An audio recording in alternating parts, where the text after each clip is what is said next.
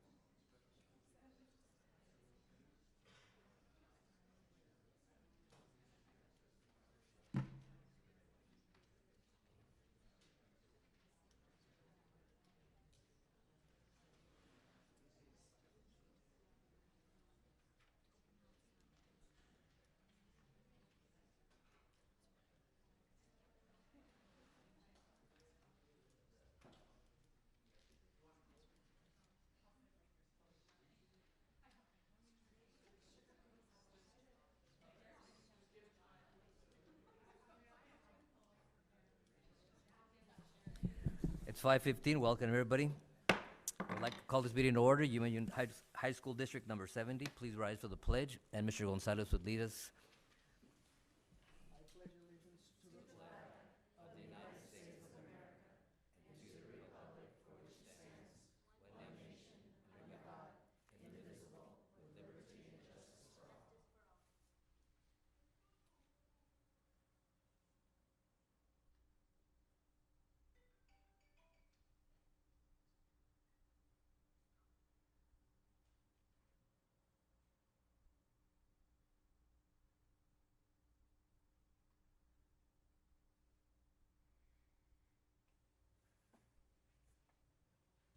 Very well, you may be seated. Thank you very much.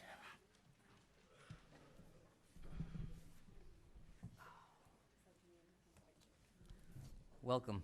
Looks like we have almost a full house today. Very well. We'll get started. Board member reports. My glasses are failing me here, so bear with me. So I got the wrong pair of glasses for today.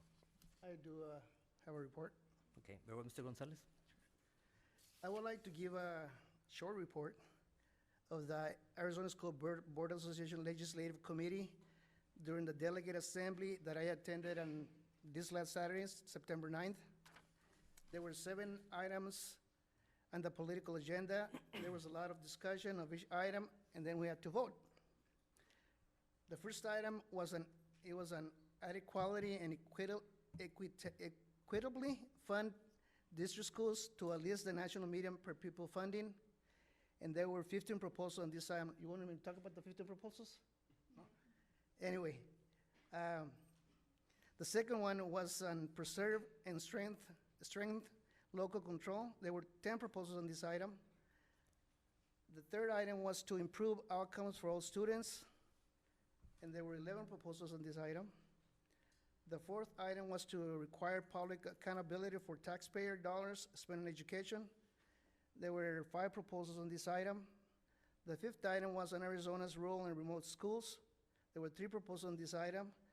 The fifth item was on school safety and security. There were 5 proposals on this item. And the last item was on federal support. And there were 3 proposals on this item. And then how we voted, and there was about 98 delegates that attended this meeting, and we have discussion on all the proposals, and there's a lot of discussion going on, and then we vote. So it was pretty interesting, so I encourage one of you to stay next time we go to a conference, and you're gonna learn a lot. Okay, Thank very you. well. Anybody else have any other reports? I do. Yes. Board member Kravitz. Thank you. Mr. Gonzalez, thank you for that. I hope that Mr. Brianza, we can get, I'm sure he's going to report to you, or Mr. Lara, can we get a report back on the delegate assembly information that you just rattled off? I believe ASBA will probably send something out, so I'll forward it to everybody. Perfect, thank you. My report is that I went to the Arizona School Board Association Law Conference as well. I did not stay, I was not the delegate for our district. And I did learn a lot about legal issues that affect our district and our state. And although there is a lot of litigation regarding Title IX right now, I did learn that Yuma Union High School District is following the letter of the law to the best of our ability. And that federal law supersedes state law. And I was really proud to be a part of this district. And I hope that everybody knows that we do the best all the time for every student. So I was grateful for the opportunity. Thank you. Okay, very well, thank you. Anybody else? Mr. Lara, and as a reference, I do have the proposals here. If you guys want a copy, Gina can make you a copy. Okay, very well, thank you. No other board member reports? Very well. We will continue. Superintendent's report, Mr. Brienza. Thank you. My glasses aren't failing me, my eyes, so I gotta take them off, I apologize. This is a really special day because when Gina and I got together and put together a schedule of administration reporting out of their administrative teams, I did not know this was COFA Yuma Week, but we are very fortunate to have Yuma and COFA administrations here presenting today. So we will start off with COFA High School and Lily Campa.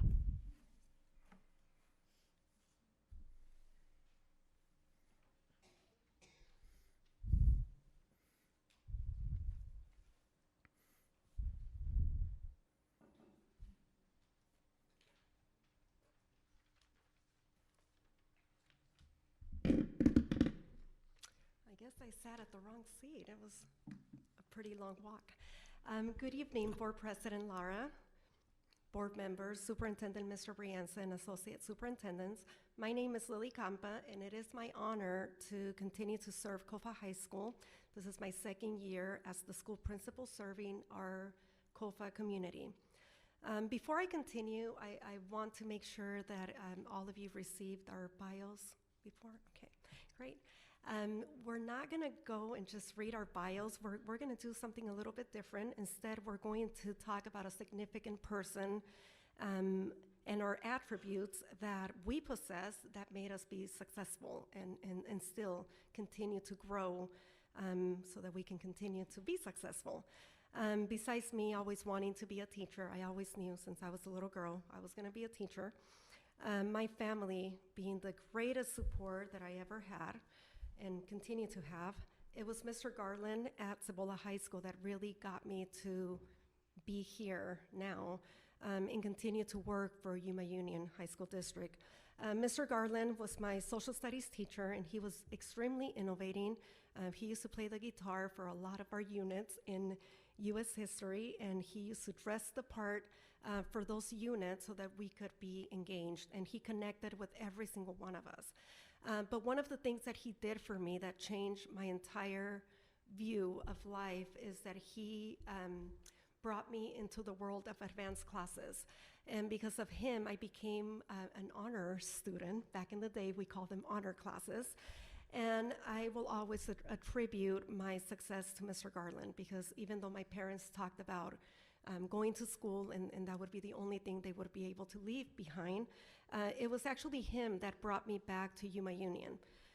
As you can see, we have a shield representing our campus, but part of that shield, there's the various education degrees that we have, and you will see that throughout our presentation.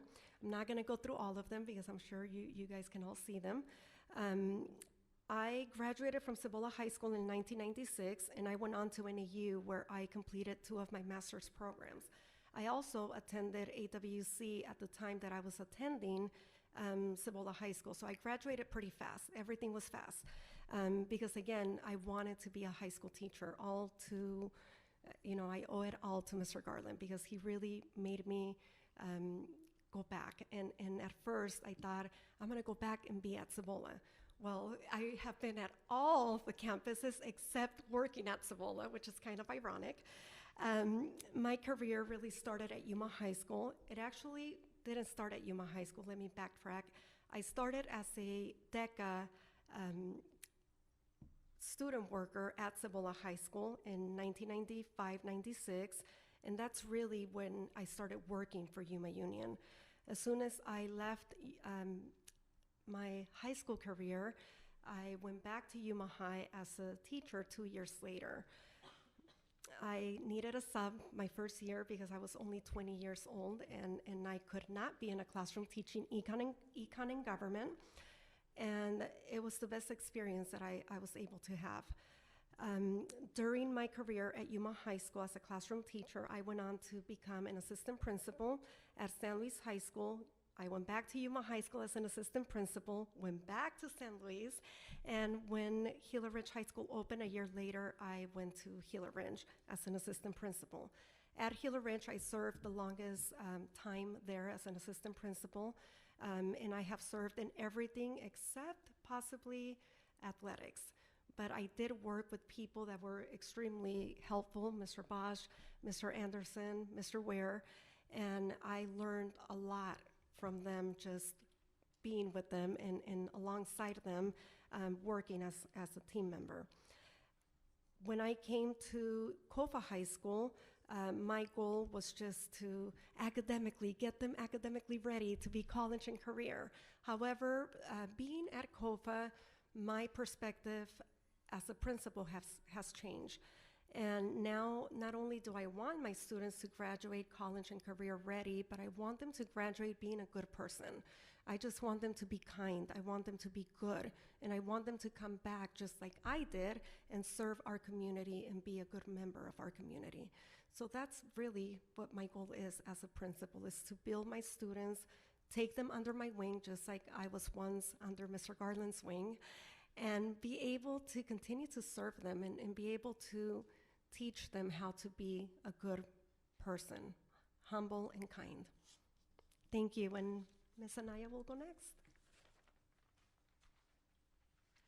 Hello, everyone. I am Leticia Anaya. I'm one of the assistant principals overseeing academics. It's a pleasure being here. I am, as you can see, I became a king officially back in 1991. So I'm back at my alma mater and very excited to be there. As I think about people who have inspired me, I can't really, I think of, top three, and within those top three, are very key individuals who have really, paved the way and supported me and pushed me and encouraged me, even though I didn't want it or didn't see it for myself, but they saw it in me.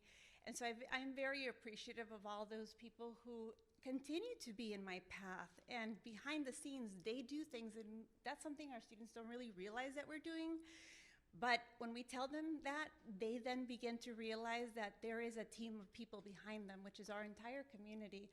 And as far as one of those people I want to say is my husband, who I met in high school, and he continues to be my biggest supporter.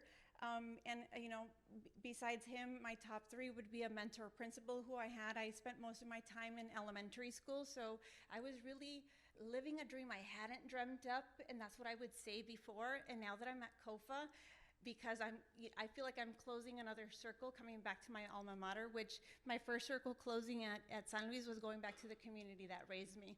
So, and with that, I think about, the three skills that I would say that these people have really instilled in me or allowed me to see is my communication ability, whether it's written or in person, one-on-one. A large group, it's still a challenge, people. You think we're okay up here, we're a little nervous, and that's okay. But we work through it for the real reason, for our students, and to get that message across to make that difference in the world. I think that another key skill that I would say that I would have is adaptability, and just being able to observe, and which is a strategy that I think I was able to develop as a language learner. You kind of observe and you kind of figure out, okay, the context of the word and all that good stuff. But that allows you to survive in the element that you're within, and then eventually thrive within whatever context you are put in. And the biggest piece that I would say is a skill that I would want anybody and everybody to do is just learn to collaborate with other people, because it's not just, that doesn't take one person.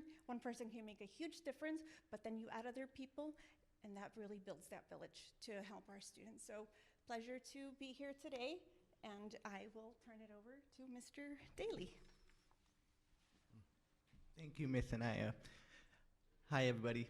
I'm Joe Daly. I'm in my second year as an assistant principal at COFA High School. For me, it says up here that I became a king first when I was a freshman in 2000, but realistically, I was a king when I was born. For my family, and I will say this, it is Kofa Yuma Week. We lived in Yuma High boundaries, but I was going to go to Kofa no matter what. So it was already built for me. So I would say I was a king in 1986, then became a king again in 2000. And then again in 2008 is when I started my career in this district. I was a teacher at Kofa for 4 years, and then I moved over to Gila Ridge. I was there for a decade, and then made a full circle back to Kofa, back here. So this is my second year at Kofa. My most inspirational person that kind of helped me get to where I'm at today is my uncle. Some of you may know him, Billy Laguna. He was an assistant principal at Kofa High School at one time. But before that, he was a longtime baseball coach at Kofa. And one of his most inspirational stories that it really stuck with me is, back then we had a lot of the San Luis kids were going to Kofa. And we had a lot of great athletes that came out of San Luis that played on the baseball team. Miss Cordery is going to be like cringing when she hears this story. It's okay. But the away trips, the Kofa team would come back, and my uncle started finding out that some of his players were hitchhiking down to San Luis because they did not have a ride. Their parents were working early in the morning, so they weren't able to come at 1 in the morning to pick up their kids. So my uncle actually took those kids home. They stayed the night there, got them breakfast in the morning, got them back to Kofa. And I know that would be a challenge nowadays with just everything, liability-wise, but it really stuck with me on how he cared for his kids. And that was something that I wanted to resemble from him, and just moving forward like that. So I'm really excited to be in this district. I love Kofa High School. Yuma High on the other end, we will deal with you. We got a big game Friday night, and we're ready to take you guys down. So thank you for allowing to listen to me here, and I'm going to turn it over to Miss Lauren.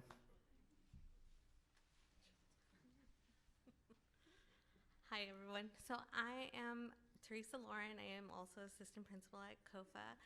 So when I think back to when I first started at Kofa, it was about 2007. I was 21 years old. One of my cousins had actually just passed away the day that I turned in my application. And I have to say that I haven't looked back since. So I've been at Kofa that entire time. My two mentors are actually here, Miss Anderson and Mr. Sharp. So both of them have had I don't know, just been so good to me and mentoring me. I see Miss Anderson, I saw her when I started as a para, and Mr. Sharp actually allowed me to go to trainings and things like that, and Miss Anderson would be the one to be like, you're here, you're doing it. So I always had a cheering squad ever since I was a para, and then I became a teacher. And again, I would fill in the roles of being the instructional leader. So Mr. Sharp would allow me, and Miss Anderson would be like, are you gonna apply? Are you gonna do it? Are you gonna keep going? So she always believed in me, but Mr. Sharp always allowed me to do these things. So then eventually I became the instructional leader, and she gave me a lot of guidance. Have you thought about things this way? Have you thought about things that way? Which was very inspirational to me, just to know that somebody I would say like a godmother, just kind of giving you those ideas, just her arms around you, just giving you those advice that you need during times that you really need it. The same with Mr. Sharp. His was a little bit different, but he was my principal. And then, so after I became the instructional leader, I did apply for assistant principal, and I did call up Mr. Sharp, and he's like, it's about time. So a lot of people, such as Mrs. Anderson and Mr. Sharp, believed in the leadership skills that I had before I even knew what I had and the potential that I had. So I think for them, in one of the skills that I have is just the goal orientated. Like, I still want to get better, and I still want to learn. Even when I met with Miss Anderson this summer, she still had growth in me and potential, and still wanted to see me grow beyond what I am today. So she always has that smile and that eyebrow raise. So I'm sure you guys know what I'm talking about. But definitely, those are my 3 skills. I would say I'm a very good listener. So every time that you're talking to me or any sort of leadership is talking to me, I'm always listening, always willing to learn to listen in the advice that they're giving me, because it's coming from above and beyond. So, and then my other one is to be goal oriented. I still want to grow. I still see my future at COFA or in this district. And then I'm very integrity. So I am a military spouse. So integrity comes with who I am and where I'm going. So thank you guys. I'll give it over to Ms. Guerra. Good evening, everybody. My name is Janet Guerra, and I am the Director of Student Support Services at the best school at Yuma County, which is COFA. This is my 2nd year in this amazing role, and I have to say that I am a San Luis High School graduate. I graduated in 2013, and I'm here in what I call my community, giving back. In regards to my biggest influencer, I would say, or the person that has motivated me the most, would be my mother. Both of my parents did not have the opportunity to pursue an education. They had to work at a very young age to help provide for their siblings, and they didn't have the best childhood they could possibly wish for. But my mother has always believed in me. She's always believed in my potential, even when I didn't believe I had it in me. She has worked so hard to put me through education and to give me an education that she couldn't have. I would say that also, as educators, we also have that one teacher that has influenced us the most. And for me, that would be my 2nd grade teacher, Mrs. Stephanie Jorge. I was an SEI student. I didn't know the language, and she was the only white teacher in the campus. With all of the students we didn't know the language, and she was the only white teacher there. I remember that we all connected to her, even though we didn't really look alike. But she was there. She loved us. She guided us, and up to this date, I still remember her with all the good memories that she instilled in me, her compassion, her kindness. My current role has allowed me to build those relationships with students at a greater level. And every day, the way that she's motivated me into the person that I am now, I want to do the same for all the kids that I serve at my school. So that's just a little bit about me. Thank you for listening. Thank you for having us tonight. And go COFA. Sorry. All right. Thank you, COFA High School.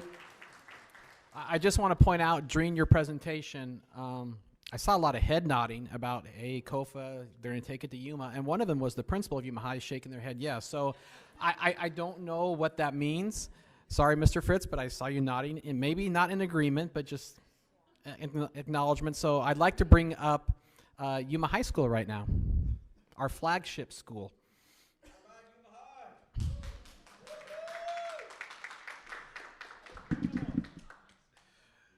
Board President Lara, Governing Board, Superintendent Brianza, Associate Superintendents. Thank you for having us tonight. Thank you for the setup. We also think that we're the best school in Yuma. We're also looking forward to Friday night. I know SRO in the back is also looking forward to it. We have a family of coach and players from his family that they're going to be playing as well. This is my 19th year, a little over 19th year, or a little over 19 years here in Yuma.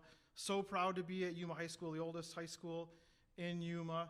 I've had the fortune to learn from so many different leaders within our district, Mr. Brianza, Mr. Bosch as principals, Mr. Semler, there's so many others, Lucky, Ms. Hoover. I've just been fortunate to learn from so many different people from our district. Even as a principal, learning from the assistant principals, just the way they go about themselves. Those are always things you can pick up as you move forward. So 19 years ago, I moved down here, and I started out at Cibola, working in a number of different positions, teaching, R&Y coach, and assistant principal. And 4 years ago, I moved over to Yuma High School and became the principal. just so excited to be at Yuma High School. Things are going really well. We've made some great improvements, great strides. This group behind me is doing some great work. They're making it happen, and I'll let them talk a little bit more with themselves in a minute. Something that I didn't have in my biography, obviously my wife and kids, I've talked about them before up here. They've supported me, and the thing they've supported me most recently is getting back into fishing. When I grew up in Wisconsin, I was really into fishing as a kid. I had a really nice pond. I grew up about a mile away from a lake. And when COVID happened and we had the pandemic, they really wanted me to get out of the house, I think is what happened. And I started going fishing, lots of bass fishing, getting into catfishing, done a few catfish tournaments actually, and done pretty well. Caught some really nice fish. I'm not going to disclose any of those locations, however. Those are secret locations that I'm not going to disclose. With that being said, I'm going to allow my team to introduce themselves.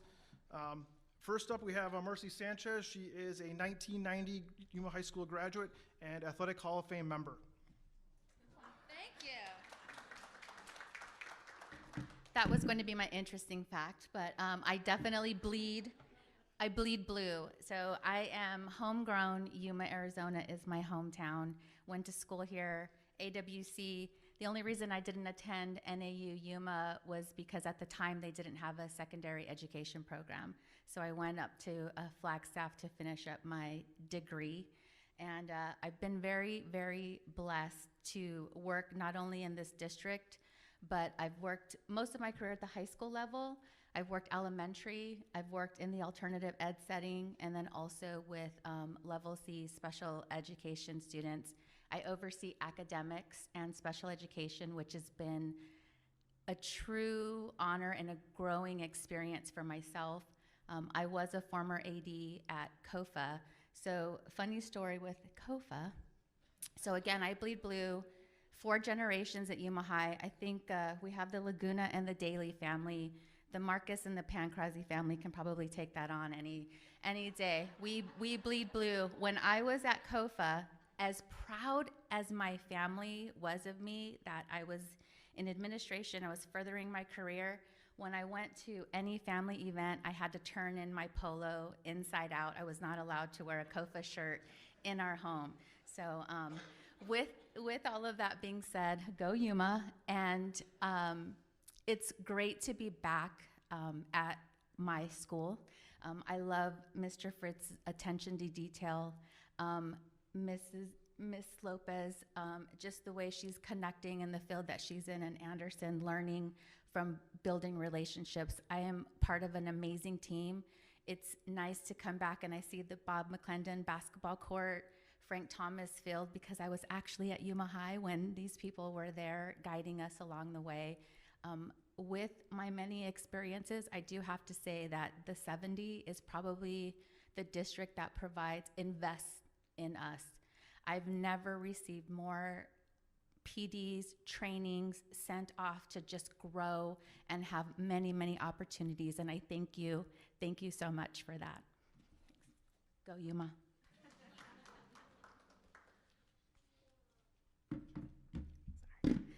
Good evening. My name is Estelle Lopez, and I am the Athletic Director and Assistant Principal Activities at Yuma. Like Ms. Sanchez, I'm also a proud product of this community. I actually graduated from COFA, but I bleed now blue with Ms. Sanchez. My journey actually started at the district office about 20 years ago when I was the receptionist at the Human Resources. From there, I moved on to the business office where I worked with Ms. Cordery for a couple years before I left to do my student teaching. And then I came back a semester later to start my career in teaching as a math teacher at COFA High School, where Ms. Thompson hired me right on the spot. There was no interview. It was like, you're a math teacher, let's go, let's get you started. So I was there for 15 years, and then I decided to take my chances as an assistant principal in administration. And so I've loved every moment of it. Mr. Anderson, which you guys will hear from momentarily, he reminds me every week, but you wanted to be an assistant principal. And so I get that reminder weekly. I am the mom of 2 amazing boys, one of which may hold the record of how many times he's presented to the board. We'll have to do a full review of that, but I'm sure there's a record there. And let me see where I'm at, sorry. I am very proud to be part of a district that just prepares our students with many different options and opportunities. I've seen it firsthand with my son, and I've seen it with a lot of students that, you know, during my 15 years in the classroom, some of which I've converted into, or COFA graduated, and now converted into criminals. Anywhere else, that would be weird, but here's totally normal. So very, very proud of that. And just Mr. Daly, as a former math teacher, the data shows we will be winning on Friday, so. But thank you so much for your time.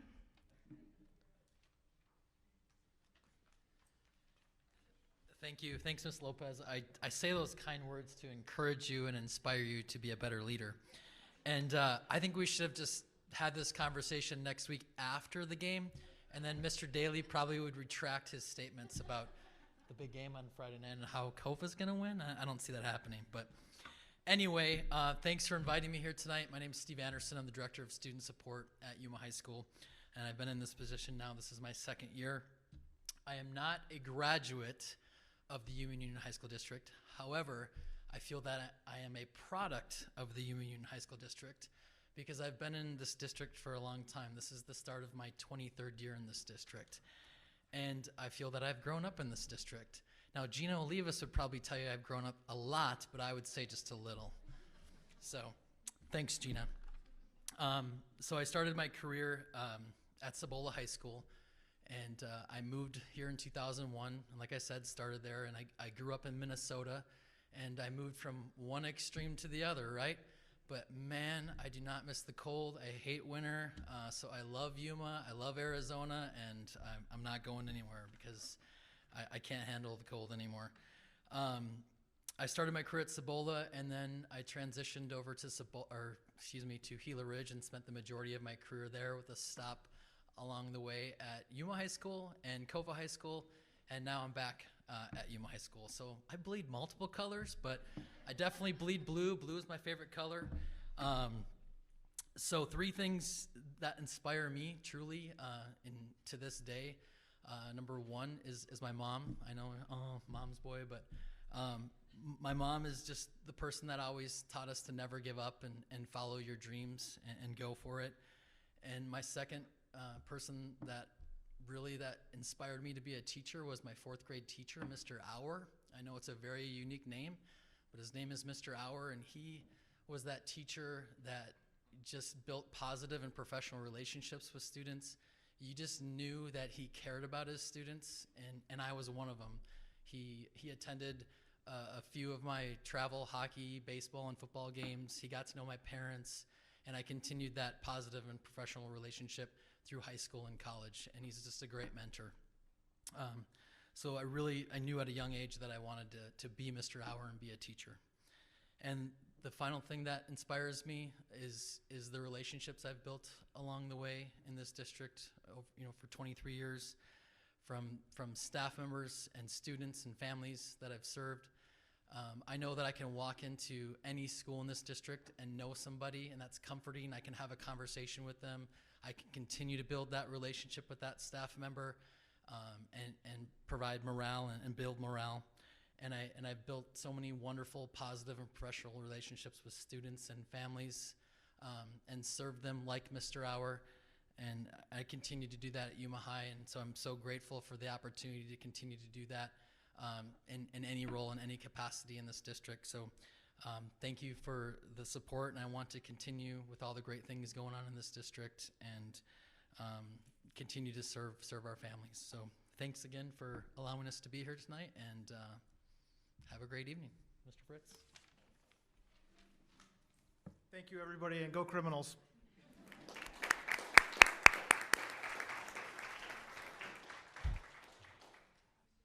We have amazing administrators on every campus, but this just illustrates that each one of our administrators and directors are truly there for every student, making sure they all graduate college, career, community prepared, and I'm very, very proud of each and every one of them. And I hope to see everyone at the game on Friday night. Right now is our first student council report of the year for this school year. Each month, we do have select student councils presenting and rotating every other month. And today, we have 3 student councils, Cibola, Healy Ridge, and Vista. So we'll start off, it looks like, with Cibola High School.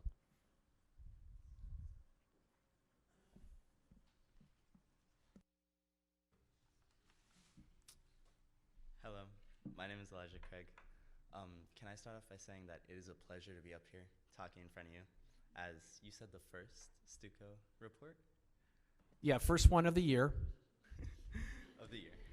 of the school year, so. But congratulations. As you can tell, I'm going to be representing Cibola High School for this month's board meeting.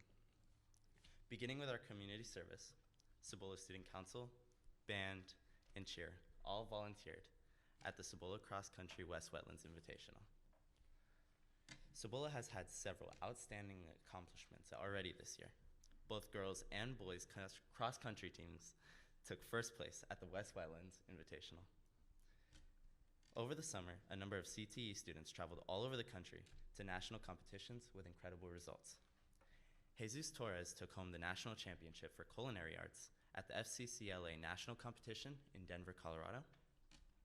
Elena Tracy took third place in health aid competition in Dallas, Texas.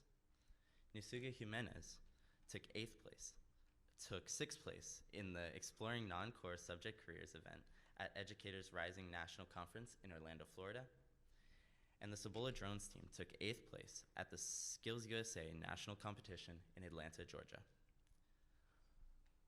Angelo Villa was chosen as a member of the Governor's Youth Commission. He will serve the Committee for Drug and Substance Abuse, where he will be part of the Governor's Advisory Board. Cibola has 3 National Hispanic Scholars, Riley Ibarra, Brian Gonzalez, and Yukaidi Reinhel. Cibola High School has been named an Avid Site of Distinction for the 2023-2024 school year. U.S. News and World Report ranked Cibola High School in the top 26% of high schools in the nation for 2023. And finally, we have our upcoming events. Tomorrow is our Raider Roundup and Bonfire, and Friday, we have our Rulers of the West homecoming game against Gila Ridge. And the Drama Club will be presenting the play Almost Maine on October 26th and 27th. Thank you for your time, and remember, it is always a great day to be a Raider.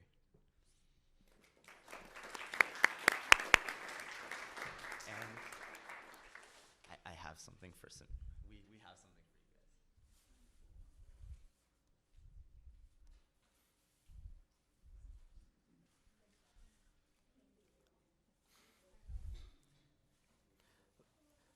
So life's about timing and choices. So once again, we have Cibola and Gila Ridge playing each other this Friday.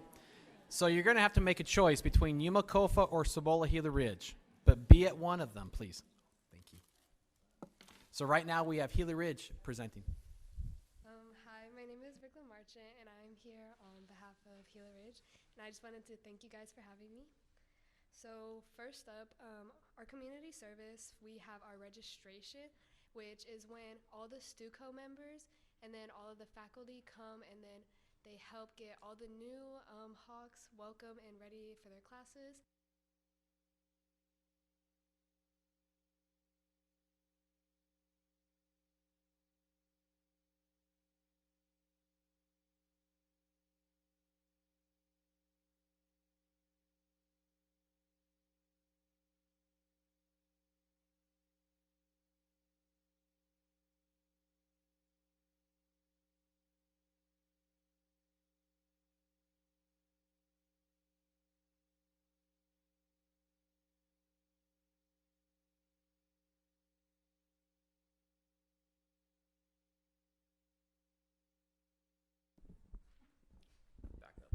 Thank you.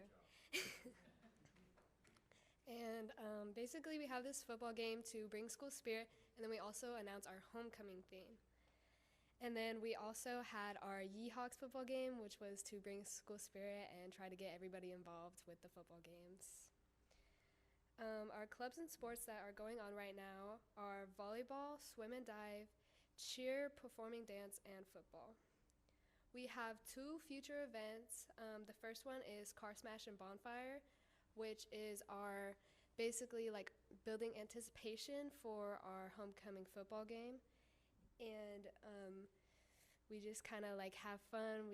There's music, there's a like competition to see who can smash the car, and then there's a bonfire, food, it's all of that.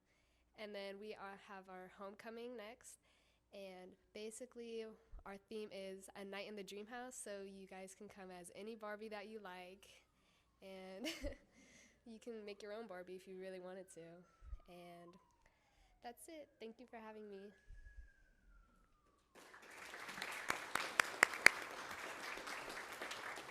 Thank you. Board President, that concludes my superintendent's report. Oh, I'm sorry. We had one I more. apologize. And Vista brought the largest cheering section ever. I just want to point out a lot of students came to support. I do apologize. Hello everyone, and I'd like to thank you, Board President Laura, members of the board, Superintendent Brianza, and Associate Superintendents for allowing us to share about our amazing Lobos tonight. My name is Emily Savard, and I'm president of and representative of Vista Student Council. I'm so sorry. The first positive item I want to share.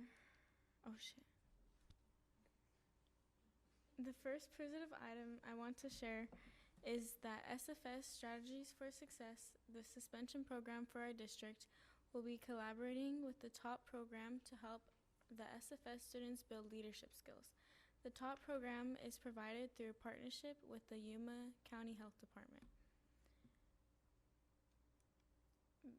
Vista students in Stuco's Service Committee will be working with Palmcroft Elementary School during October. They will be supporting Palmcroft in planning, creating, and managing their new school garden. Our HOSHA Club is doing food drives and other fundraisers to stock up the caring closet for every student on campus. HOSHA is a student organization for student planning to pursue health professions. The caring closet is for donations and food drives, and also provides supplies for anybody that does not have supplies for themselves. We also offer the McKinney-Vento program that gives students with an unstable living environment a trip to Walmart to get hygiene products and anything else they need. We have brought back our garden club and are planning on doing some extraordinary things this year, starting off with the use of an ancient technique, electroculture, which increases the magnetic energy around the plants to ensure the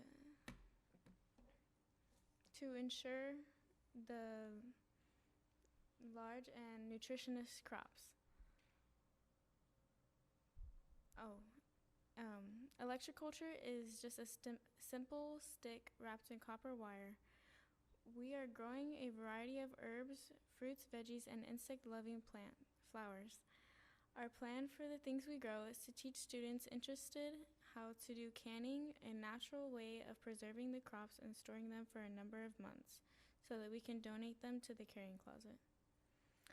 One of Vista's and the district's newest additions is our cosmetology class. It has 35 students enrolled in the class coming from all schools in the district.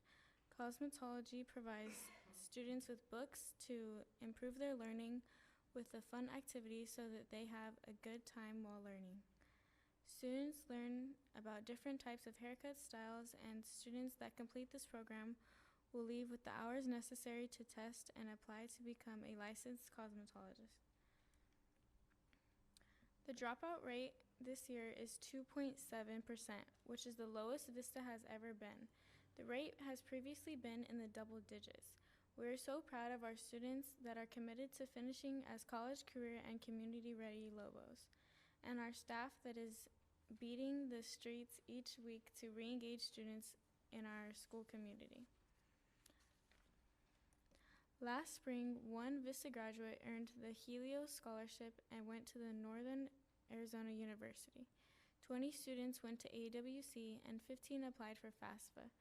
The Helios Scholarship is an Arizona Community Foundation Scholarship. VISTA student JC Leon is the recipient of the scholarship. She is currently attending NAU Flagstaff. In order to get the scholarship from Helios, a student needs to write an essay of 250 words. And finally, Vista High School will be continuing our tour opportunities, so scan this QR code and reserve your tour. Come see how awesome our students and teachers are and help us celebrate our unique school community that offers opportunities for everyone to succeed. Thank you for your time.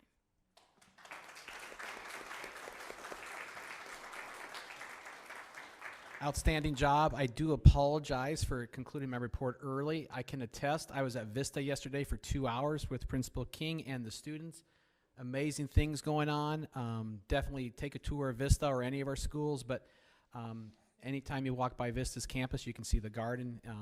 Wonderful things going on, and we'll hear about the cosmetology at Vista a little bit later today. But now, that concludes my report, Board President. All right, thank you, Mr. Brienza. Item number 3, information items, budget update.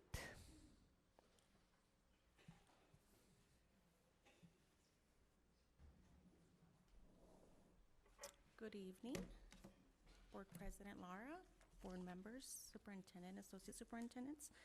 My name is Brenda Higuera, and I will be presenting an update on our internal budget. You should have that in front of you. The first page is our M&O budget, and what you'll see on there is mostly our fixed expenditures, such as salaries. If you go to the second page, that continues our maintenance and operation budgets, and you'll see the different department budgets there. At the bottom, you'll see our budgeted amount for this year is $87,082,845, and what we have spent to date, or as of the 1st of September, is $10,274,504. On page 3, you'll see our capital budget for the district, and the total budgeted amount is $7,921,274, and our expenditures to date are $593,131. For the last page, every month we also present the balance for our student activities fund, and you'll see there the different schools listed. The total balance is $732,702.08, and for the year, the balance is $10,580.79. Any questions? Any questions, anybody? No, we're good. Thank you very much. Thank you. Item 3.2, Cova High School ROTC program. So before we have the students kick it off, I just want to recognize the fact that the Kofa High School Marine JRTC concluded their 22-23 school year as being recognized as a Distinguished Naval Honor School. This is the third time in their 11-year history this has been a recognition that they received. Our instructors and over 100 students do a tremendous job representing Yuma County and Kofa High School across the nation. So I'll turn it over to the cadets. Thank you. Good afternoon. My name is Cadet Payanes. I am the current CO of the company. And I'm Cadet Sergeant Burrell. I am the current executive officer at MCJRTC.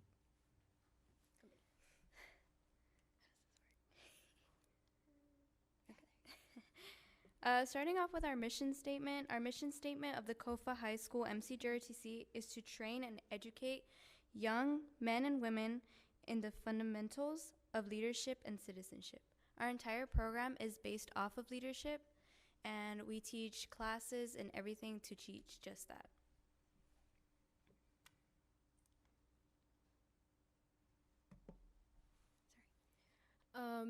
I would like to thank all of you guys, and especially all these key personnel that are listed on the Google slide. They did a huge contribution to our program, and I would like to thank every single one of you for all your contributions.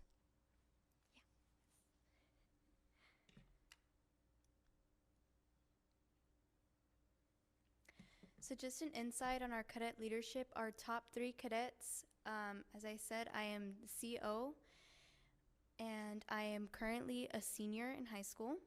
Our XO is Cadet Borel. She is a junior in high school. And our first sergeant is Cadet Escalera. She is also a junior in high school.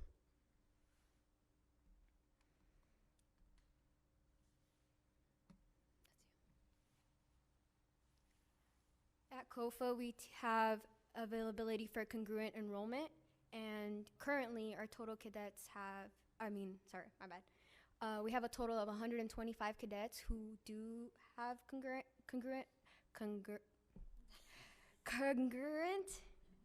enrollment. My bad. Well,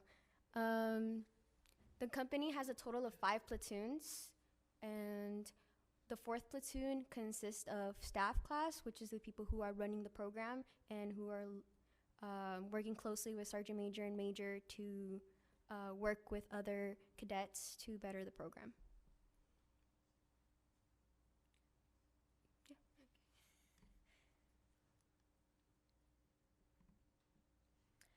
So we do, in our program, we do a lot of community service. We do cross countries at our school. We do, like this weekend on Saturday, we have a swim meet for the Special Olympics, which is something that we planned. And what we do is we have certain cadets in charge of it and that run it.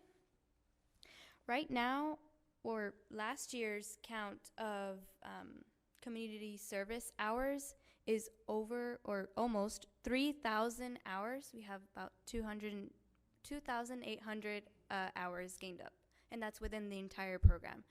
So level 1s, level 2s can also participate in the community service, not just the level 3s and level 4s.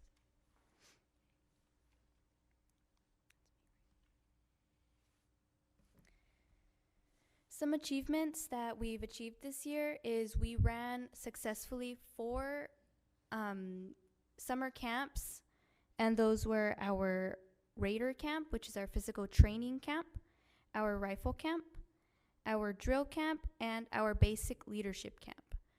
At the basic leadership camp, they come in and we teach them some leadership roles, play some leadership games, and it's just overall a very fun camp. Our Raider camp is more physical, so we're outside, we're flipping tires, running. It's another fun camp. They all are fun, but our rifle camp is more indoors and more of a mental camp. And our drill camp, we have it as well indoors, and we do color guard, which you'll see when there's 2 riflemen and 2 flag bearers performing, and as well as rifle movements and rifle tricks.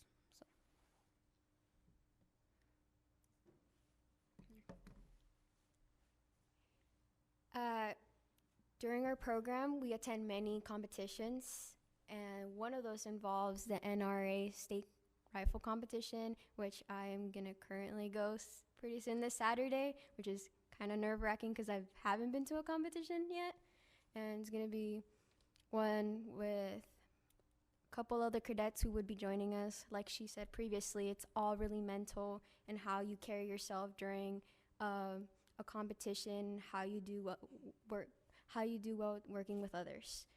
We also have this end of the month a Sahuarita Raider Challenge, which I will also be attending. Me and her will both be attending, and that is more of a physical sport. It is a sport. It's under AIA, so we will be attending there, and it's just a really fun one of the competitions we get to attend this year. Haunted House, I'm gonna pick one more out of these. Haunted House has to be my favorite event because we get to dress up and we get to set up an event for COFA. Anyone from COFA can join. Anyone from your families to your friends could come and like get a little scared if you like. And it's just a really fun event that helps us learn how to plan things for future events and how to plan for like life events and how to just be very organized is what really teaches us with these events.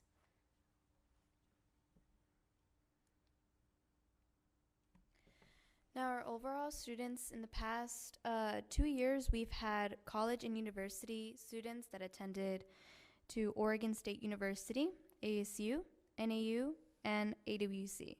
And some of those students do pass on to universities with ROTC scholarships. It's actually a lot of students that, from my knowledge, a lot of students do get those scholarships. And yeah, some of our students do also join the military services. Last year, I believe we had about 3 of them that joined the military service, which is awesome.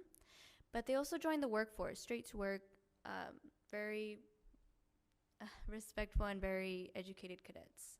So, okay. We want to thank you for your time. If there isn't any questions, thank you. Any questions? None. All right. Thank you very much. Very interesting. Thank you. Board President Lara, I just want to recognize Major Bernie in the back as well. The students are always in the front, but without his support, along with Sergeant Major and Lori Honeycutt, our Executive Director, and the board, our students wouldn't be in the position they are today, which is in the top 10% of the nation. So that's how this award is recognized, is they're in the top 10%. So I think we need to give them another round of applause.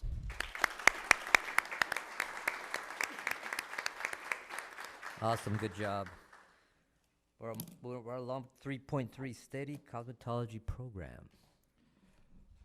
So this is, I'm going to invite some people up to the podium, but this is an amazing opportunity that we have Superintendent Tom Tyree from Steady here. So Mr. Tyree, wave your hand so we know where you're at. There you are. This is a unique opportunity because this is the first Steady Central program that is being taught on one of the YUHSD campuses. It's a appropriate blending of the lines between Steady and YUHSD, and we have an amazing opportunity at Vista for every student in Yuma County really to come and take classes. Selfishly, I'd like it all to be YUHSD students, but it is open to every student in the county, and I really want to say that this is the first opportunity. It was kind of a hope and a dream when we started working on it, and it went very well. But I do have our Executive Director, Lori Honeycutt, and Jim Sumner, who are going to be up and presenting the cosmetology program at Vista High School. Well, thank you very much. We are excited about this new program, and we appreciate the opportunity to tell you a little bit about it, even though I'm sure you've probably heard a few things about it. So this was an amazingly quick program to put together. We started in the planning phase in March and April, brought it to you as a board to make sure everything was good with what we were doing. In May, we started the clean-out process after the students had left, and then construction started and ended in June. And if you know anything about construction, you know that that is really a tight schedule. And when we had our meetings together, we said, you know, this is going to be a tight schedule. Can you make it? And we were very fortunate to have it end in a timely manner so that in July, all the furniture could be moved in, everything could be set up, and Cosmetology Board could come in and inspect. And then in August, of course, we welcome students for the first time. So as you can see, that's a very tight turnaround when it comes to programs. And it was because of our two boards that we're very grateful that you allowed us the opportunity to do something new.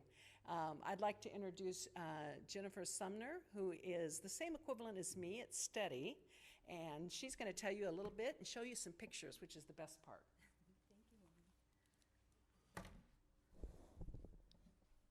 President Lara, members of the board, Superintendent Brienza, and Associate Superintendent, thank you for the opportunity to speak about this program.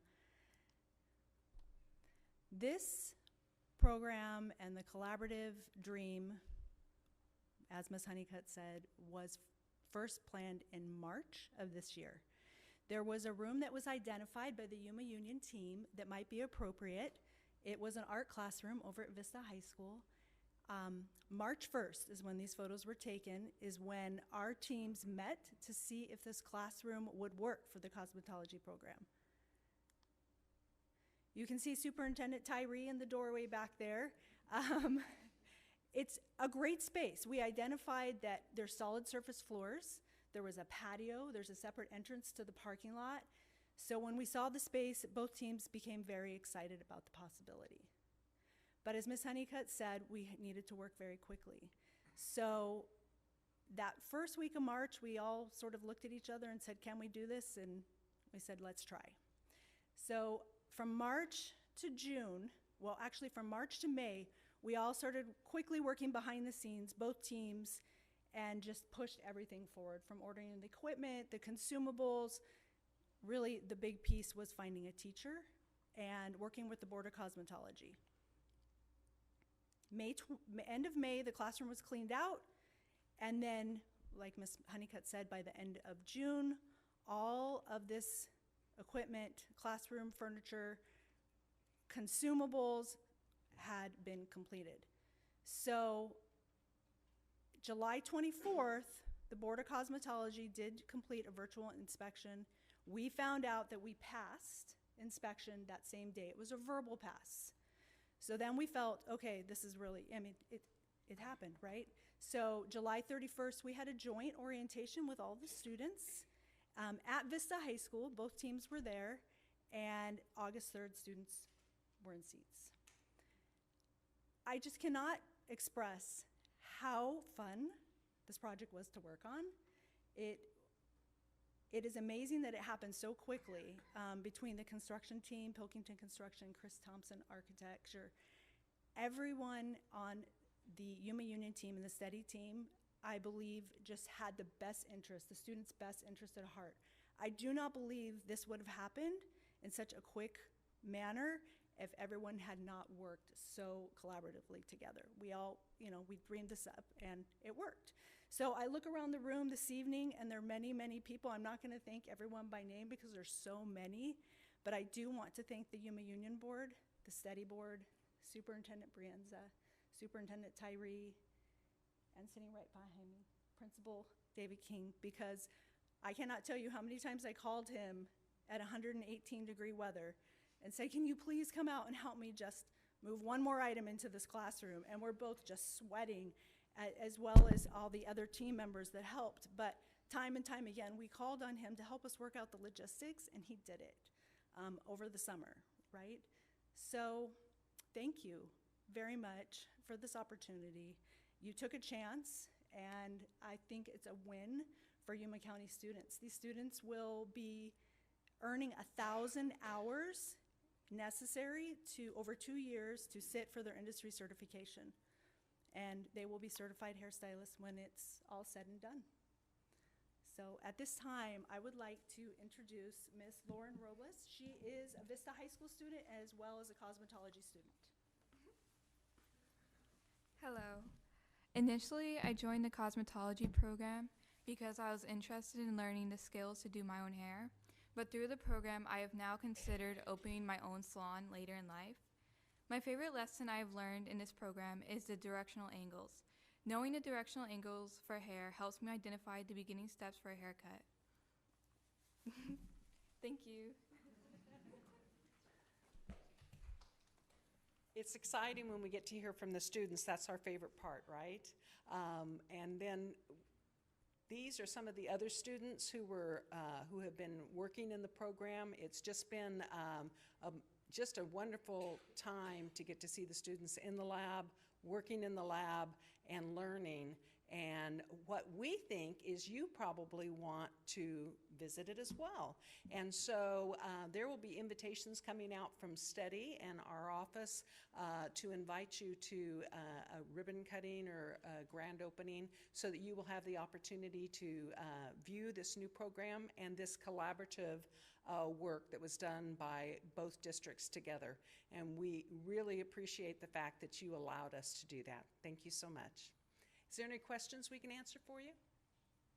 So who are what's your customer base? Is it students or is it community or? That's a great question. what it will eventually be, the students have to spend their time doing bookwork right now and learning the basics. And once they've gotten past the first phase, then they can start inviting people to come, and that will be the community people and members. That's why the outside exit is such a nice plus for this program. So it won't disturb the school or anything. They'll come through the outside exit and come into the salon. Thank you so much to all three of you for your presentation. It appears to be very timely in this town, and I'm thrilled that we have it. Sorry, that's my pump. I'm a little confused because CTE and understanding all the in and outs, I'm pretty basic knowledge of it. It says it's the first joint CTE project, but we have so many CTE programs. What makes this different? This one is the first central program from STEADY, which is on one of our campuses. And it was a collaborative effort to make sure that it happened. Thank you. So also something to keep in mind is the teacher is actually employed by STEADY as well. All the other CTE programs that are on our campuses, with support from STEADY, they're YUHSD employees and teachers. This is the first time we've had a STEADY employee teaching the class on our campuses. Thank you. Okay, no other questions? Okay, thank you very much. Thank you. Congratulations, good job.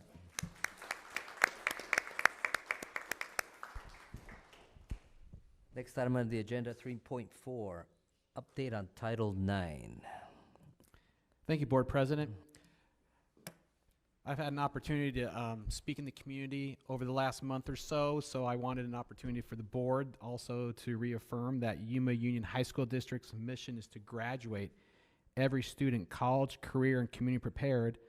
That also includes valuing every student's safety and security. This is one of our top priorities.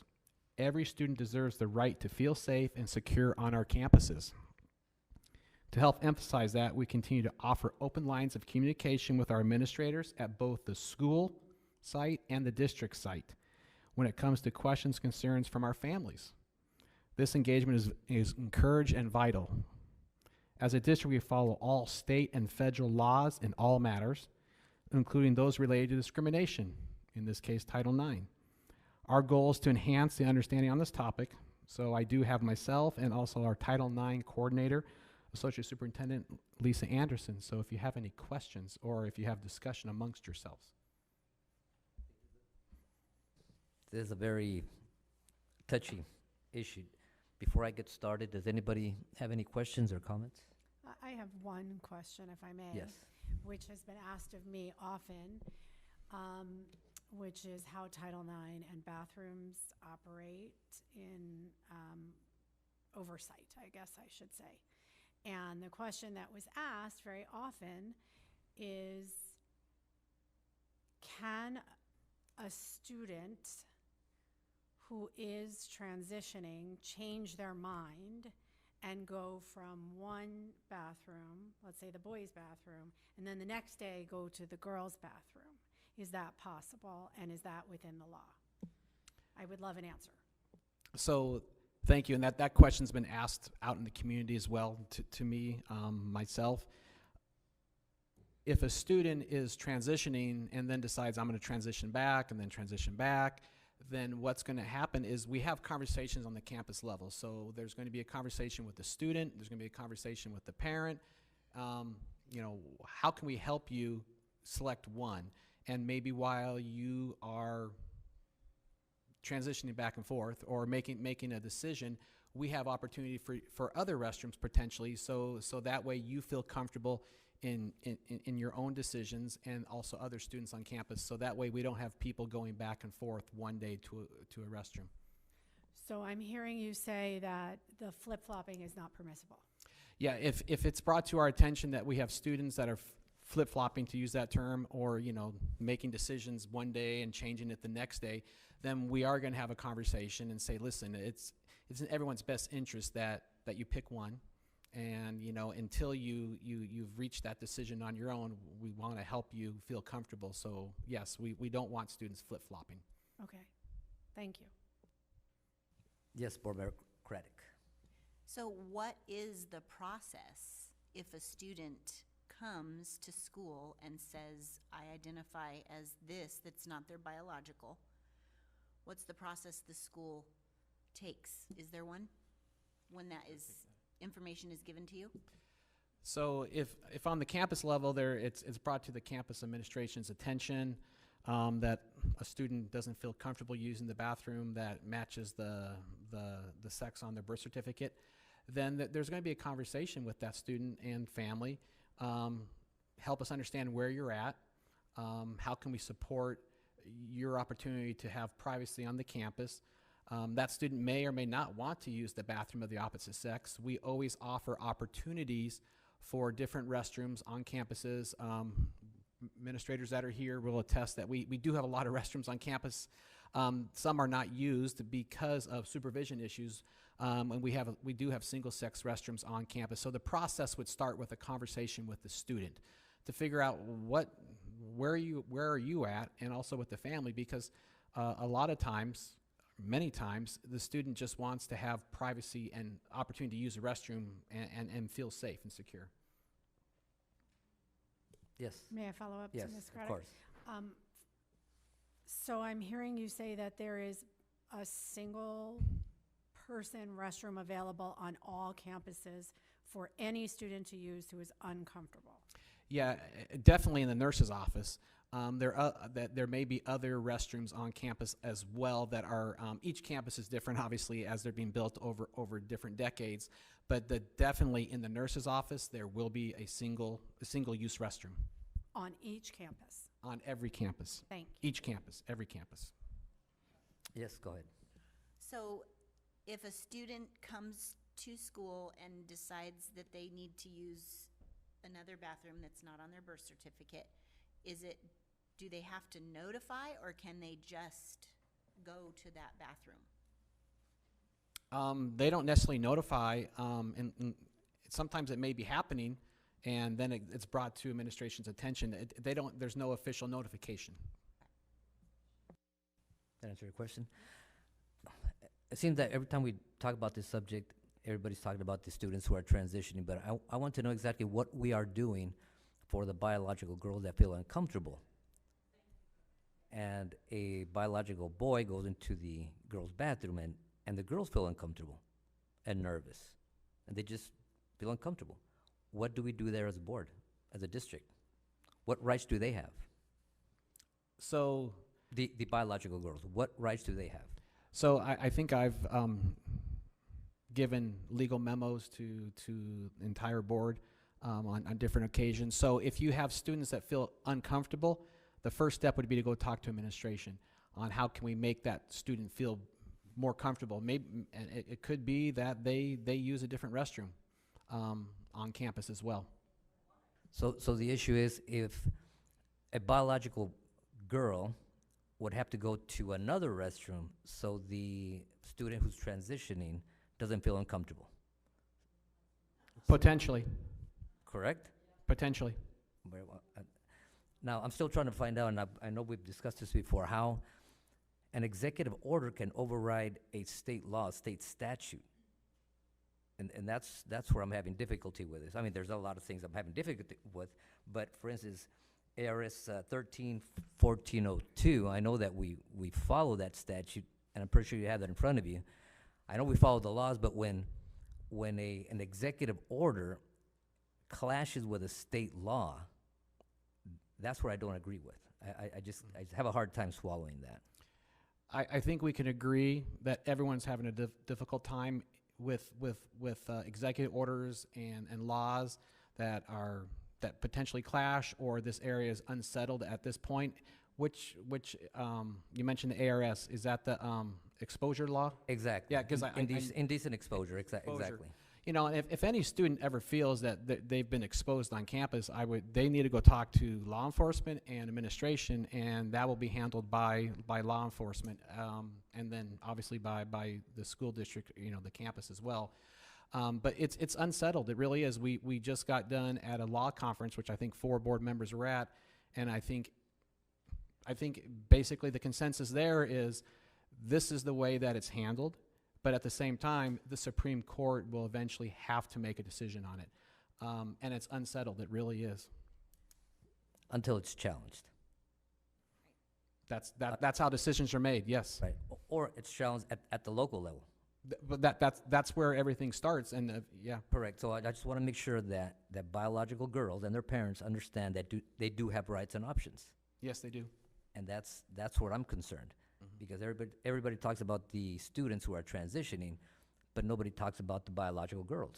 What about them? How do they feel? What do they want? What we learned yesterday, correct me if I'm wrong, is that federal supersedes state. Although it's not a law, it's an executive order, which is whoever's in the White House can flip-flop and switch that. So I also learned a lot about this at the conference and then again yesterday. And it's unfortunate that one human being has the right to dictate what everybody everywhere in the country does. It's my understanding that we have no choice but to follow the law, and an executive order is considered, in legal schmiegel term, the same, carries the same weight. And in order to keep all of our students safe and all of our students protected and feeling secure, I am pleased to learn that we have alternatives for anybody. If I walked into a bathroom and the person that was in my bathroom, who was already there, smelled like tobacco, and I have an allergy to that, I can't kick that person out of the bathroom, but I can go to a different bathroom. And it's not perfect, but I think it does keep our students' options available. And I understand, but we have to follow the law, is my understanding. All right. Well, I don't agree with it. I'm just trying to say that, and I'm trying to tell the parents, if biological girls feel uncomfortable, please come forward. We're here for you, and I'm here for you. And everybody just advocating for one side, but I think we also have to listen to the biological girls and the parents. And that's President where Lara, if I could add, Yes. I totally agree. Come forward and start with your school administration, because we have lots of different options. And at the end of the day, if school administration doesn't know about a concern from a child and a parent, it's hard for them to react to it. So definitely, if there's questions, if there's comments, if the people just want to know more, number one, visit the campus and talk to your child's campus. Right. And this is not about picking on anybody. No. Everybody has the right to live their life the way they want to. I just want to make sure that girls understand that they do have rights and they can come to us. And they are protected. And we will do something. And let us know. Yeah. But the issue here is biological girls have not been saying anything because some of them feel intimidated. And I just want to make sure that they understand that you're not alone, that they're not alone. We're not discriminating against anybody. I just want to make sure that the girls feel comfortable going to the girls' bathroom. Does anybody else have any other questions? Are you able to share how many that are in that situation in our district? I don't really have information on how many students are in transition or not. So no, I'm personally not able to share that because I don't track that. Yeah. Are you able to share with us the statistics on how many complaints we've received? I would have to ask every principal. Very, very few. On the district level, when I say the district level, I've probably maybe 4 or 5 that I've spoken to from my office. I've had a great opportunity to go to a couple different organizations and have dialogue, and very respectful dialogue, I want to add, which I would consider that to be not complaining but questioning. So I would lump a large group in there, and like I said, very, very professional dialogue and respectful in that case, but just a small handful. And I did reach out to campuses a couple weeks ago, and only one had any questions about it, about bathrooms. So, Right. Any comments, questions? I also do know that attorneys will play it safe and they'll say, don't rock the boat. And that's the safest way to play it, but sometimes the boat has to be rocked. So, any other questions or comments? if I could just add that, once again, this is something that is unsettled,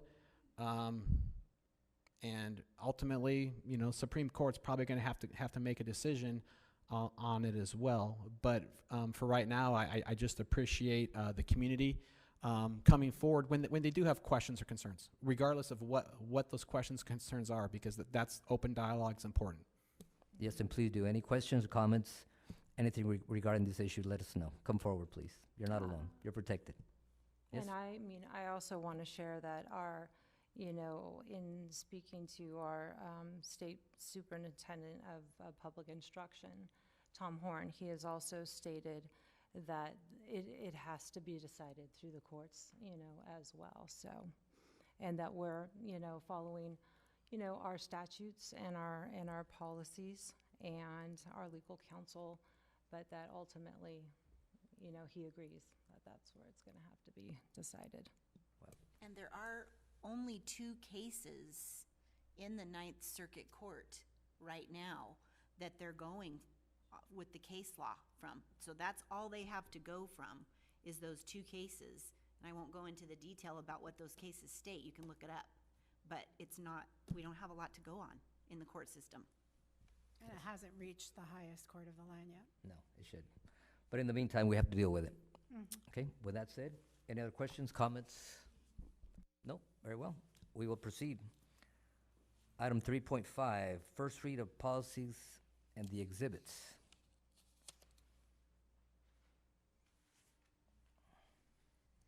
Mr. Lambert. That's kind of confusing. Good evening, everyone. So I'm here today to actually do the first read of the policy for the professional and support staff leave of absence without pay. In this one here, we're actually removing the Director of Human Resources and adding in the designee. So that policy would actually read under A, it would be approved by the superintendent or the Director of Human Resources and adding the designee in there. The purpose for this is to remove myself from being the individual to actually denying or approving people taking leave without pay just for disciplinary purposes in case it was denied for individuals. So I felt, and the superintendent and the rest of the associate superintendents felt that it was better for that to be tasked to be taken on by someone else instead of myself.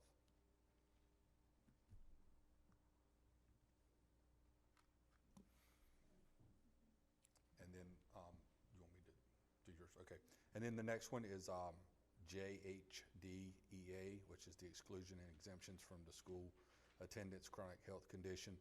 This exhibit is being updated to avoid the potential that a HIPAA violation may occur, and that healthcare practitioners notify the ASBA that the previous exhibit required healthcare practitioners to disclose protected information. The exhibit now indicates that the disclosure to a parent or guardian is permitted disclosure under the HIPAA because it is being requested by the protected party. So that was the other item that's before you for policy change. Okay, very well. Any questions? Any comments? None. Thank you very much. Thank you. Thank you. Thank you very much. Number 4, call to the public. Any person wishing to speak may present the information at this time only. All presentations are limited to a maximum of 3 minutes and a maximum of 15 minutes on each subject. Before you begin to speak, identify yourself by clearly stating for the record, your name. Comments by members of the governing board in response to any public comment will be limited to asking staff to review the matter or requesting rescheduling of the matter for further consideration at a later date. And we have first Lena Comer, Mrs. Comer. Oh, okay.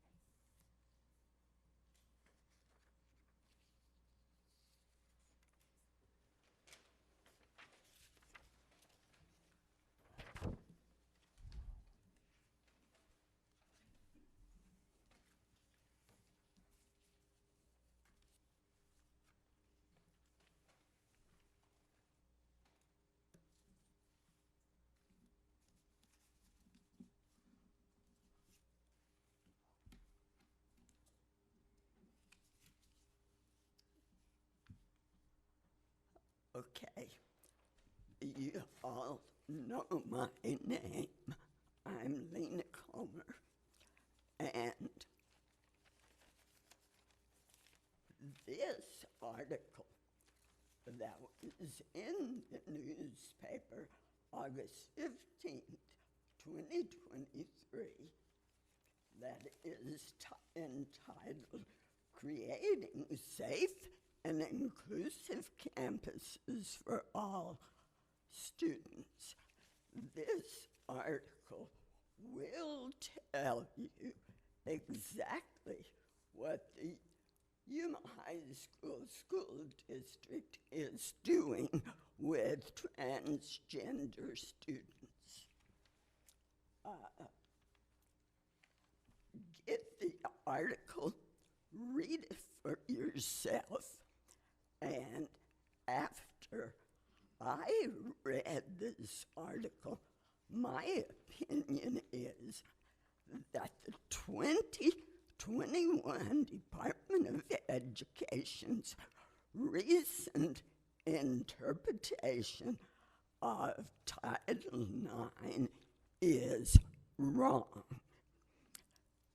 I believe the Department of Education, with its new interpretation of Title IX, is more interested in money, power, and control than they are interested in the welfare of our students.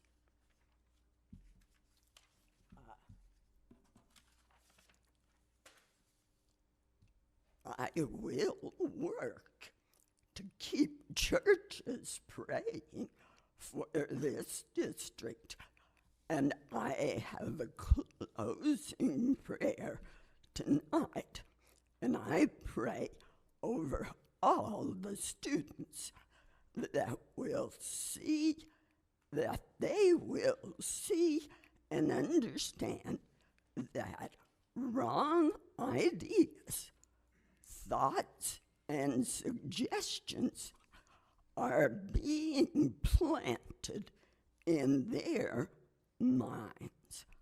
And I pray for this Department of Education to understand that one day they will stand before Almighty God and give an account of their actions.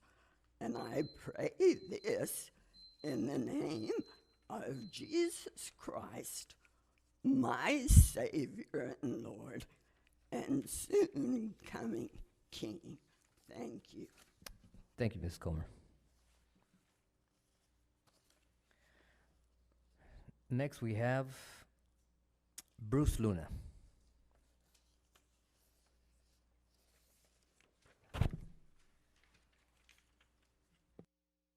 Bruce Luna, Kids 10, Yuma High. I'm glad you went to go see ASBA, their attorneys. Think about it. ASBA's executive director falsified his application, but what did they do? They didn't fire him, they let him go. So it tells you about ASBA and the people that they have in their community. In fact, we probably need to pull out and stop giving them our money. Okay, you were talking about earlier that when a kid comes and they tell you, you go to the parents. Well, I don't believe that's true. I believe that you're enabling these kids instead of reaching out to the parents. I'm going to give you an example. Open house, the parents took this young girl. Kids were calling her a boy's name. The teachers were calling her a boy's name. Now, that was devastating. Another parent showed me a breast binder. I gave you a copy of it. They found it in her room. They had no idea where she got it from, and she still won't tell them. Okay, I don't know what we're doing. If we're helping them or we're enabling them, the social workers or the nurses, I don't know the answer because I'm trying to find out, but nobody will tell me. And I don't expect them to. And you're talking about lawsuits. Yeah, maybe somebody needs to do the lawsuit. Okay, I've talked to people that say, look, Bruce, what do you want? It's not about the money, guys. It's about protecting my daughter. How would you like your daughter to go into the bathroom with a male who has a penis? I don't. I raise my kids a different way, okay? everybody should be protected. You're damn right they should be. But right now, you're not protecting our girls. You're making sure that you protect the kid that is confused. And that's what they are, confused. But I still think they deserve dignity as well, okay? Well, maybe now I have the backing, okay? My objective is to get you in one of these and one of these. Because, damn it, you put a boy in the bathroom with my daughter. You should be ashamed of yourselves. You've said in the lawyers, but those are the same lawyers from the ASBA, okay? There's got to be a different way of this. Because I've been really calmly and trying to figure things out. And I hope that you just come maybe at least do a vote to find out. Or set some boundaries, set some rules. Not only for biological girls, biological boys, but the transgender kids as well. It's pretty easy. She said it a couple of times. She said it before. There's got to be a balance. We need to figure that out quick. Because going through a lawsuit, that's stupid for any of us, okay? When the motors are running and things are going smooth, we're kicking butt and taking names. We can see that in our kids' lives. I see it in all of them. And I care about every single one of them. But damn it, I'm not going to let you mess with my daughter once and for all. I'm not going to stand here and let you do that again. So that's it. Thank you, Mr. Luna. Next is Josh Ramos.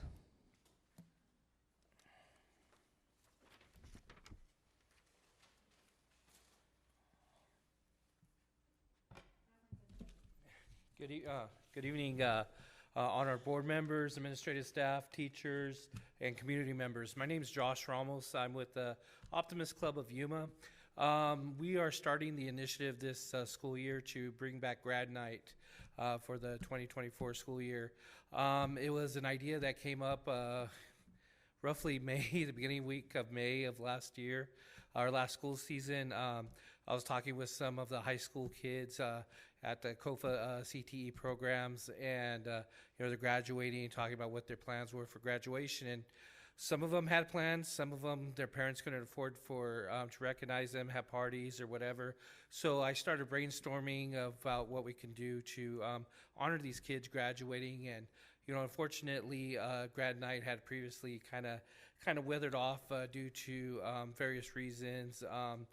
Mainly like any organization or any event, is participation for the organizers. So we, the Optimist Club of Yuma, is hoping to revive that initiative, and we have some good support from the community. So we have a couple members from the original team here of the grad night board. So one of the things was to do an initial presentation or notification to the governing board of the Yuma Union High School District of our initiative and efforts to hopefully revitalize this activity for the graduating kids. So that's all I have. Any questions? Thank you. No. Have a good evening. Thank you very much. Since the item is not on the agenda, we can't talk about it. But Mr. Brienza, can you look into this? Yes, I'll look into it. I do believe we have the contact information. Okay, good. Thank you very much. Very well, next item on the agenda is the consent agenda. And this one is, looks like it's pretty clean. We don't have any modifications, So with that said, I will entertain a motion to accept the consent agenda as presented. I'd like to make a motion to approve the consent agenda as stated. Well, we have a motion by Mr. Gonzalez. Second by Board Member Craddock. Do we have any questions, comments? Nothing at all? We will proceed to vote. All in favor signify by saying aye. Aye. Aye. Opposed? Consent agenda passes. Now this is going to be a good one because it's a long list. So bear with me. The donations. Very well, let's start off here. Cibola High School. Volleyball Booster Club donated $450 to Cibola High School Athletics. Cibola High School Student Council donated 3 Barnes & Noble gift cards to Cibola High School Library to be used as prizes for the reading challenge. The value of this donation is $120. Gila Ridge. Casell Wiggins donated Rydell Speedflex helmet to Gila Ridge High School. The estimate value of the donation is $800. Donors choose to donate equipment, supplies, and books to Gila Ridge High School School Fundamental Science class. The estimated value of this donation is $842. Kofa High School donations donated a variety of classroom supplies to various classes of Kofa High School. The estimated value of these donations is $1,115. R.J. Kirkfold, I think I pronounced that right, donated $120 worth of Barnes & Noble gift cards to Kofa High School Library to be used as prizes for the reading challenge.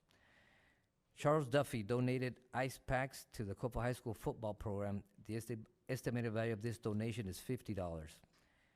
Eddie Carrera donated 4 baseball bats to the high school baseball program. Estimated value of this donation is $1,550. Dini Hinkle donated the magazine and books to Kofa High School arts class. The estimated value of this donation is $100. King's Regiment Marching Band Booster donated $950 to Kofa High School Band to pay for competitions. Kylie Mackel donated $80 worth of concessions items to Kofa High School HOSA Bioscience Club to be sold at fundraiser. Juliana Relamas, I think that's how you pronounce it, donated $25 worth of concessions items to Kofa High School Student Council to be sold at fundraiser. Monica Connor donated $40 worth of concessions items to Kofa High School Del Signal Club to be sold as fundraiser.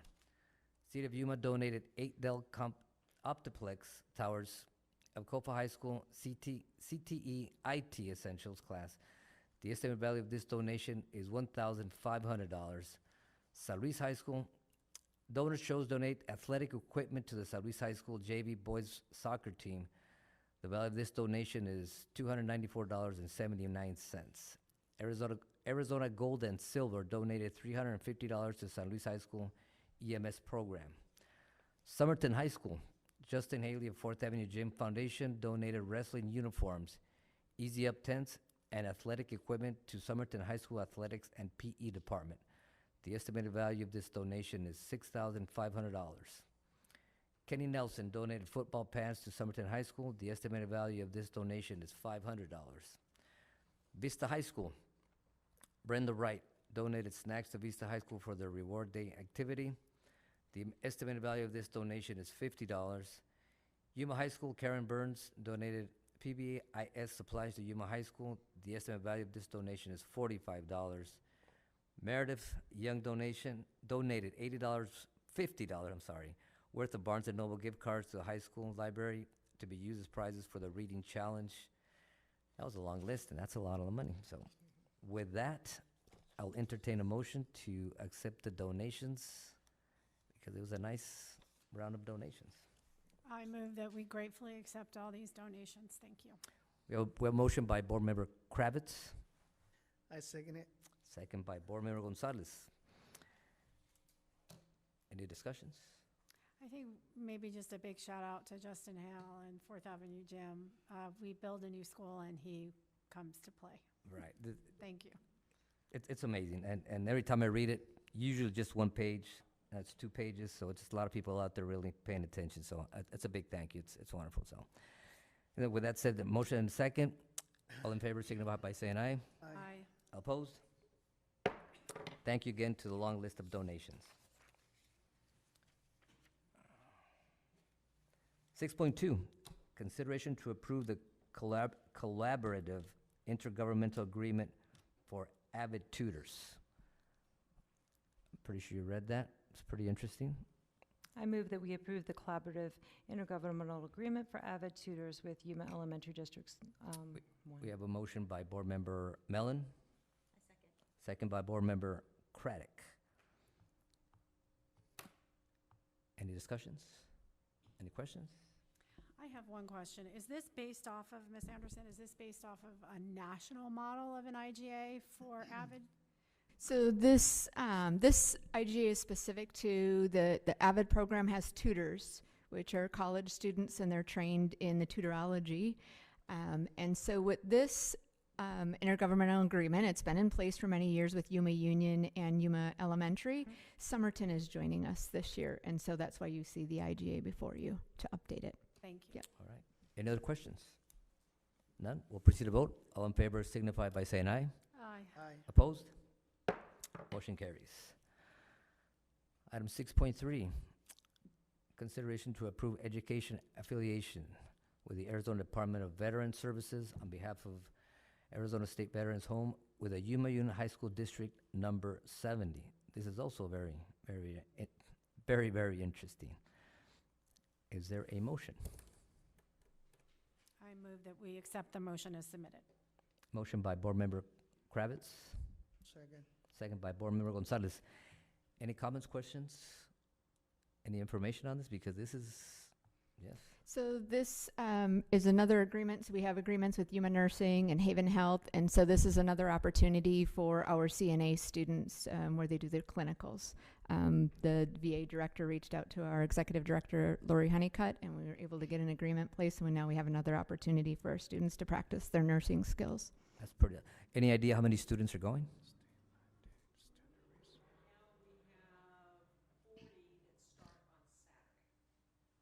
That are going to this facility? They'll rotate through the different ones. Okay, so, okay, well, it's a lot. And the transportation for these students is provided by us, or? Thank you. Okay, thank you. Okay, very well. Any other questions, comments? We'll proceed to vote. Everybody in favor signify by saying aye. Aye. Aye, opposed? Motion carries. 6.4, consideration to approve the new job description.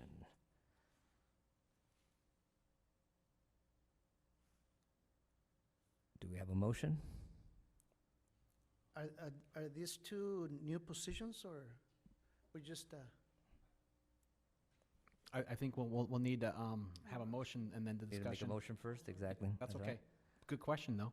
Yes, we'll bring that up afterward. Do we have a motion? I move that we, the governing board, approve the new descriptions as indicated in the background information. We have a motion by Board Member Kravitz, Thank you. and second by? I, Second by Board Member Craddock. Very well. Now, go ahead, Mr. Gonzalez. no, I was gonna say, are these two, because I'm reading here, it says that, says to measure students' English language proficiency and the EL tester. We never had an EL tester before? Mr. Basha, yeah. So we did, it's a change actually of the title. Okay. And so we had, it used to be, the title of the position was paraprofessional. Oh, okay. And that, yeah. We So we just had a changed lot the of, so title. we're changing the title and revise the job description to really accurately describe what the position is. And Mr. Bosch worked with the EL testers on, And I assume it's the same with the other one, right? The executive director for the procurement and warehouse services? That one, we actually had only previously had a director in that position. In order to align with other departments, that's one of our, there's actually another one we'll be bringing to you later on in the year for our HR department, but our model is currently executive director and then director. So we only have a director there, and actually our director, and I don't believe she's here right now, but is going to be retiring in December. So we're going to have two positions open at that point to fill. So we need to put some depth in that department for sure, as we also share that department with our elementary district one. And so there's two, it's a consortium, one of our consortium positions. So that cost for that new position is shared. We pay 50%, they pay 50%. Okay. Very well. Thank you. Anybody else? Nothing at all? Okay, we'll proceed to vote. All in favor signify by saying aye. Aye. Aye, opposed? Motion carries. Item 6.5. Approve proposed classroom sunfight Prop 301. I move that we approve the Union High School District Classroom Site Fund, Prop 301 Performance-Based Compensation Plan as submitted for the 2023-2024 school year. Very well, we have a motion by Board Member Mellon, I second. second by Board Member Kravitz. Any questions? Any comments? Staff, nothing? No? Very well, we'll proceed to vote. All in favor signify by saying aye. Aye. Aye. Opposed? Motion passes. 6.6, consideration to approve the revised 2023-2024 compensation packet. I would like to make a motion to approve the 301 compensation package. It took me almost a week to read it, so Very, I would very like well. to make a motion to approve it. Second. We have a motion by Board Member Gonzalez and second by Board Member Mellon. Any questions, comments? I guess my one comment would just be, as I was looking over this in our board book, the athletic trainer increase in salary, and I asked this question privately, but I would love it to be known to the public where we are getting the extra dollars for the well-deserved increase in pay, I'm sure, but where is it coming from? Yes, ma'am. So, the monies that are coming for the increase for the athletic salaries is coming from a halftime athletic director position that we had. And then the rest of it is coming from a floater position that we had in the district. Those positions were basically will cover everything that we need. And those positions are sunsetted, Mr. Yes, those positions are sunsetted. As you see, they've been removed from the compensation packet as well. They were in the previous version and they've been removed. Thank you. And a little more information, we haven't been able to fill those for 2, if not 3 years. So it's been a while since we've had that full-time floating position or half-time. So thank you, Mr. Lambert. So this should also help with keeping all of our positions full. Absolutely. Okay. They do quite a bit of hours and it helps us to stay in competition with other places for individuals to do this kind of work for us. Of course. Thank you. Okay, thank you. Anything else? No? Very well, we'll proceed to vote. Everybody in favor signify by saying aye. Aye. Aye. Opposed? Motion passes. Item number 7. Is there anything other? Nope, very well. 7.1, our next meeting will be Wednesday, October 11, 2023 at 5:15 in this building. And with that, I will entertain a motion to adjourn. So move. Motion by Mr. Gonzalez to adjourn. Second by Board Member Craddock. All in favor of adjourning, say aye. Aye. Opposed? Meeting adjourned. Thank you, everybody.